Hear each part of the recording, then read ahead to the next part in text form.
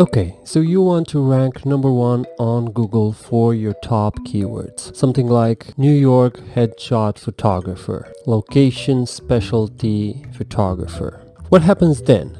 People maybe land on some sort of splash page, those full screen images with a single button that says enter website. To me, that's facepalm number one. Then maybe they land on your homepage with some sort of clunky or large navigation menu that's confusing, some sort of slideshow again, maybe some boxes, some images, some buttons that say read more, all while greeted with some sort of pop-up that says subscribe here to get updates, whatever that means.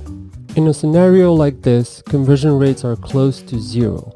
Yet the photographer, the website owner, is still focused on SEO, on dumping more traffic into the website. My recommendation here is to focus on conversion rates more. You're better off building a photography website that's user-friendly, that follows web design and user experience best practices, that's a joy to use and to take action on, instead of obsessing about rankings, at least at first. I'm not against SEO. I completely understand and know the power of SEO.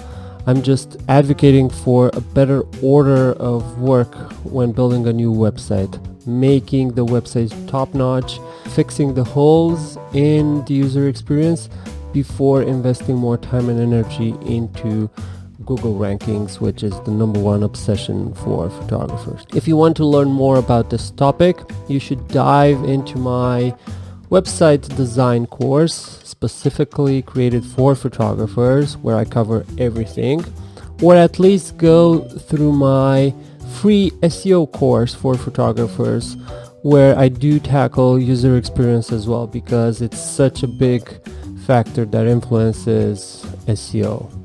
And don't forget to check out my video where I recommend focusing on keywords that end in photographer, not photography, especially if you're selling any sort of services, photography services on your website.